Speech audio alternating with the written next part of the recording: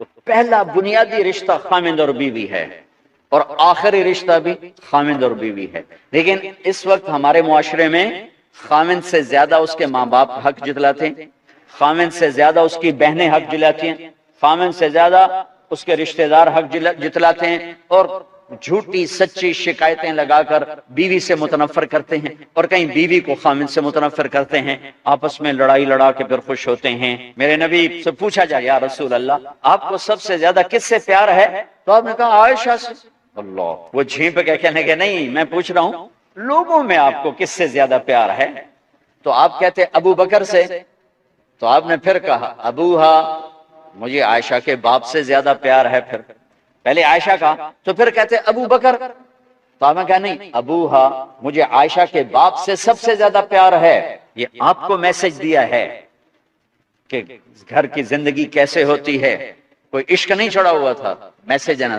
ہم عائشہ چھوٹی عمر کی تھی، ان کو آٹا گوندھ کے دیتے تھے، آٹا گوندھ کے دیتے تھے، پھر جب ان کو آٹا گوندھنا آ گیا پھر چھوڑ دیا، پھر ان کو سامنے بٹھا کر لقمے بنا کے کھلاتے تھے۔ پھر ہم عائشہ رضی اللہ تعالیٰ عنہ کوئی گوشت کا ٹکڑا، وہاں بڑے بڑے گوشت کے ٹکڑے پکائے جاتے تھے، تو کوئی گوشت کا ٹکڑا اٹھایا اور ایسے دو چار جگہ سے نوچا اور پھر رکھ دیا، سارا کھایا نہیں جاتا تھا، تو اللہ کے نبی اسی کو اٹھاتے اور حضرت عائشہ کو دکھا کر، جہاں سے حضرت عائشہ نے نوچا ہوتا تھا وہاں سے یوں کاٹ کے دکھاتے تھے۔ پھر حضرت عائشہ رضی اللہ تعالیٰ نے گلاس اٹھایا پانی پینے کے لیے، جہاں ہونٹ لگائے پہ گلاس رکھ دیا، بڑے بڑے گلاس ہوتے تھے، تو حضرت ہمارے نبی اٹھاتے تھے، جہاں عائشہ کے ہونٹ لگے ہوتے تھے وہاں ہونٹ لگا کے پانی پیتے تھے۔ یہ آپ کو سکھانے کے لیے ہے، اپنے گھر والوں کے ساتھ بیٹھ کے کھانا کھاتے۔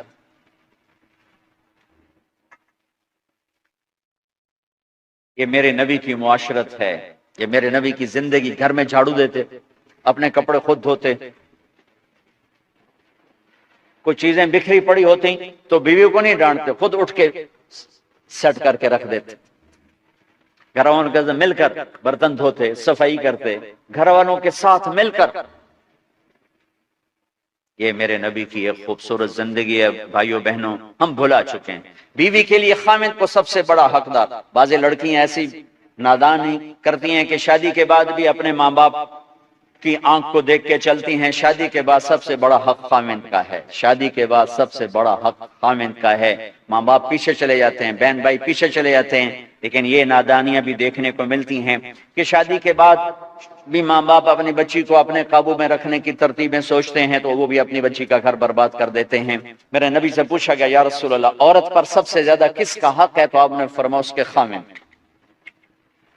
ایک خاتون ہے، یا رسول اللہ میری شادی ہو رہی ہے تو میرے اوپر میرے خامد کا کیا حق ہے؟ تو آپ نے ارشاد فرمایا تیرے خامد کے جسم پر زخم ہو، زخموں میں پیپ پڑ جائے اور تو اپنی زبان سے چاٹ کے زخم صاف کرے تو تو نے اپنے خامد کا حق ادا نہیں کیا۔ خامد کو سمجھایا کہ سب سے بہترین مسلمان وہ ہے جو بیوی سے اچھا سلوک کرتا ہے، اور میرا سب سے اچھا سلوک ہے اپنی بیویوں کے ساتھ، یعنی قاب قوسین او ادنا آپ کا مقام ہے۔ اللہ پاک کا دیدار اپنی آنکھوں سے کیا ہوا ہے، اور آپ ہمیں معاشرت سکھا رہے ہیں کہ ایک جہاد کے سفر سے واپس آ رہے ہیں، ہم عائشہ ساتھ ہیں، تو آپ نے صحابہ سے کہا بھئی آگے چلے جاؤ، وہ سارے آگے چلے گئے۔ جب سارے نظروں سے غائب ہو گئے تو آپ نے کہا عائشہ دوڑ لگاؤ گی میرے ساتھ؟ عائشہ نے نہیں کہا، میرے نبی نے کہا دوڑ لگاؤ گی؟ آج کل کا کوئی علامہ بھی یہ نہیں کرے گا، عائشہ دوڑ لگاؤ گی میرے ساتھ؟ کہا جی لگاؤں گی، تو دوڑ لگائی۔ تو عائشہ فرماتی ہے میں آگے نکل گئی، اللہ کے نبی پیچھے رہ گئے، چاہے آپ جان بوجھ کے آستہ ہوئے ہوں ان کی دل جوئی کے لیے۔ کچھ سال گزر گئے، پھر جہاد کے سفر سے واپسی ہو رہی ہے، تو آپ نے صحابہ سے کہا بھائی آگے چلے جاؤ، وہ سارے آگے چلے گئے، غائب ہو گئے۔ عائشہ دوڑ لگائیں؟ کہا جی لگائیں۔ تو فرمایا کہ ان دنوں میں ذرا موٹی ہو گئی تھی، جب دوڑ لگائی تو اللہ کے نبی آگے نکل گئے، تو پھر آپ نے کہا عائشہ ہذہ بتلک، عائشہ اب تیرا میرا حساب برابر ہو گیا، اس دفعہ تو آگے نکل گئی، آج میں آگے نکل گیا۔ یہ میرے نبی کی معاشرت ہے کہ بھری محفل میں کہہ رہے ہیں مجھے عائشہ سے سب سے زیادہ پیار ہے۔ اور عرب میں عیب تھا، جیسے ہمارے ہاں بھی عیب ہے کہ کوئی بڑی محفل میں کہ مجھے بیوی سے سب سے زیادہ کہ تیری ماں کتنے گئی؟